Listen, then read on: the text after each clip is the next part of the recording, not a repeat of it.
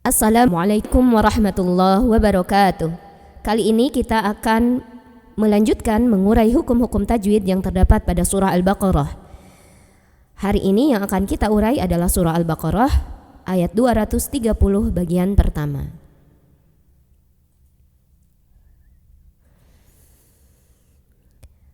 A'udzu billahi minasy syaithanir rajim.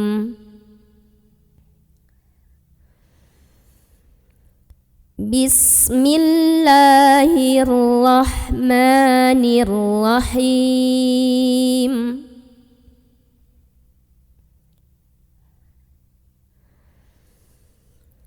فَإِن طَلَّقَهَا فَلَا تَحِلُّ لَهُ مِن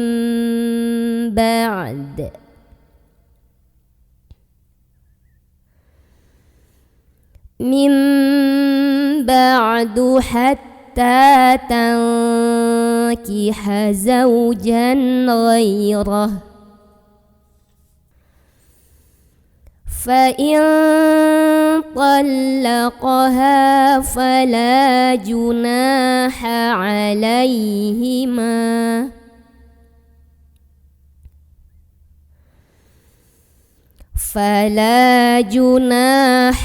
عليهما أن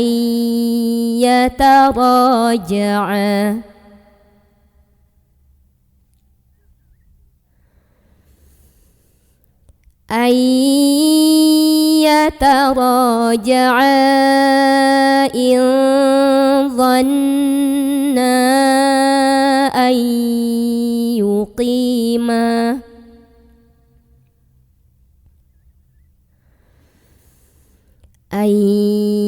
يقيما حدود الله وَتِلْكَ حُدُودُ اللَّهِ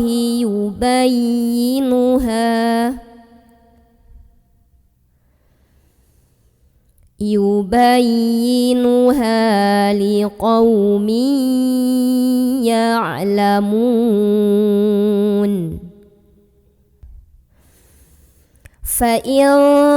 Di sini ada hukum ikhfa hakiki dengan tingkatan ikhfa aqrab ya. Jadi karena apa? Karena ada nun sukun bertemu dengan huruf ta. Maka cara baca nun sukunnya adalah dimunyikan dengan samar-samar ya. Jadi tidak lagi n, bukan fa'in talla, tapi fa'il. Samar-samar kita sudah menuju huruf ta ya. Jadi posisi kita sudah menuju makhraj huruf ta. Nah ini tingkat kesamarannya masih jauh lebih besar dibandingkan dengan dengungannya. Jadi nggak terlalu karena huruf ta secara makhraj itu dekat dengan nun ya, sama-sama di ujung lidah, cuman beda penempatan ujung lidahnya aja. Fa'in طَلَّقَهَا, di sini ada mad tabi'i karena ada alif yang sebelumnya didahului huruf yang ada baris fathahnya ya. Maka cara membacanya huruf H ini kita panjangkan cukup 2 harokat saja. Fa'in طَلَّقَهَا فَلَا, la juga di sini mad tabi'i ya. Karena ada alif sebelumnya didahului huruf yang barisnya fathah.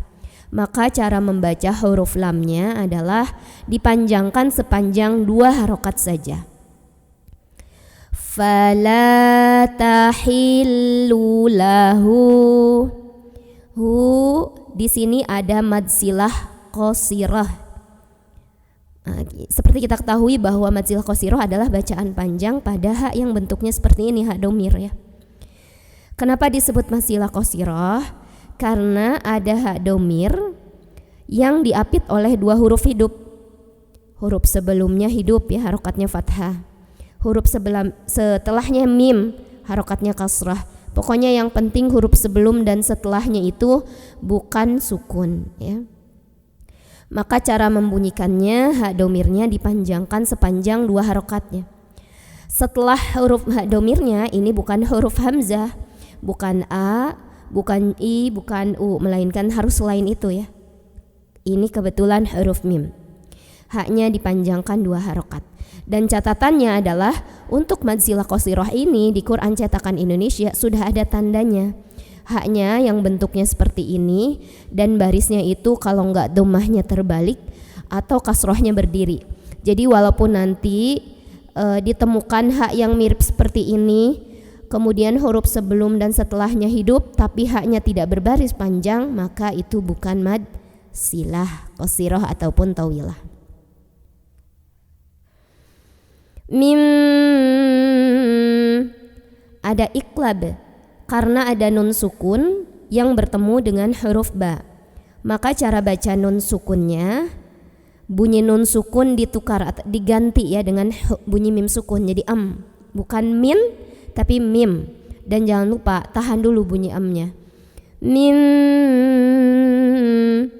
Kalau kita pakai yang rapat bibir dalam mendengungkannya, maka rapat bibirnya itu cukup lunak saja, tidak usah terlalu menekan seperti tasydid. Mim, nempel lunak gitu bibirnya. Mim ba'du hatta. Ta di sini ada mad tabi'i karena ada huruf ta yang berbaris fathah berdiri.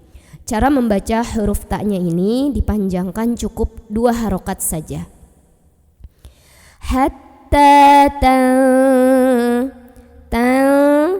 Di sini ada ikhfa hakiki, tingkatan dengungnya adalah ikhfa ab'ad. Kenapa? Karena ada nun sukun bertemu dengan huruf kaf. Ab'ad itu artinya jauh.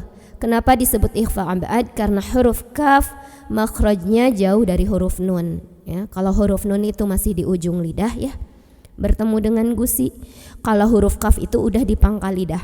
Maka cara membunyikannya adalah nunnya dibaca dengan samar-samar, bukan jelas tan, bukan, tapi sudah mau bilang kaf. Maka karena kaf itu jauh dari nun, siap-siapnya udah banyak, udah masuk gitu, udah ke pangkal lidah, udah mau bilang kaf, jadi lebih ya, dengungnya lebih besar. Takiha zau. Zau di sini ada huruf lin karena ada waw sukun yang sebelumnya ada huruf yang berbaris fathah di zai. Maka cara membacanya cukup dilembutkan. Zau ya, bukan zau tapi zau. Kayak kita mau bilang wow ya, seolah-olah kita mau bilang wow ya, monyong bibirnya, ngumpul bibirnya. Tapi jangan dibaca panjang, jadi bukan zaujan, gak usah, dilunakan aja.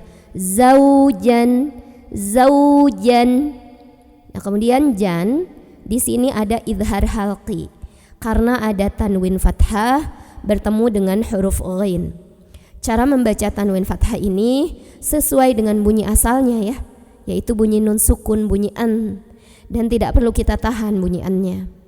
Zaujan ghai. Ini ada huruf lin karena ada ya sukun sebelumnya fathah. Sama dengan yang waw sukun sebelumnya fathah, huruf lin yang ya juga sama, kita baca dengan lunak tanpa memanjangkannya. Ghai, seolah-olah kita mau bilang ya. Ghairah.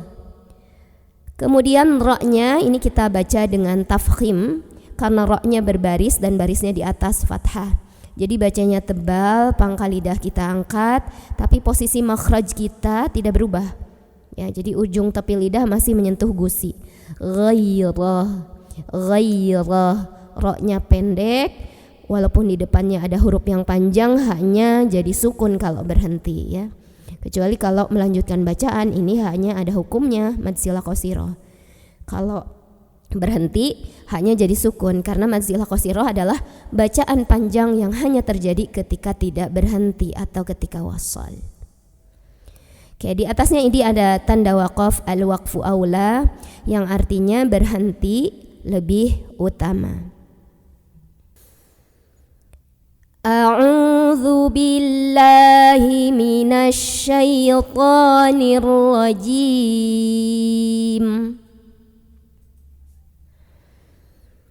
Bismillahirrahmanirrahim.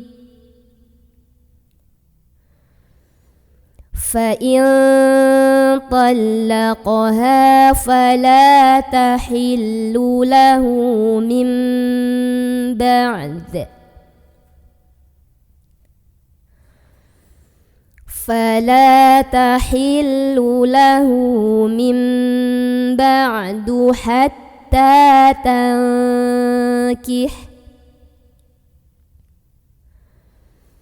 حتى تنكح زوجا غيره. فإن طلقها فلا جناح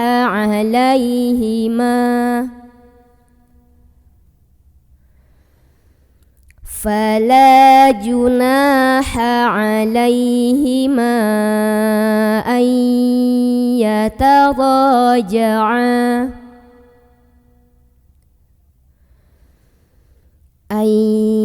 يتراجعا إن ظنا أن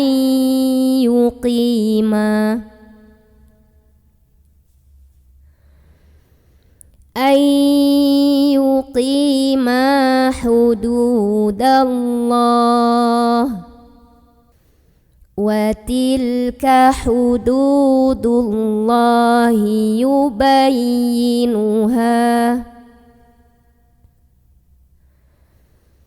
يبينها لقوم يعلمون. Sadaqallahul azim. Alhamdulillahirrabbilalamin. Selesai materi kita hari ini. Mudah-mudahan ada manfaatnya. Silakan ditulis di kolom komentar video ini apabila merasa ada koreksi. Wabillahi taufiq wal hidayah. Wassalamualaikum warahmatullahi wabarakatuh.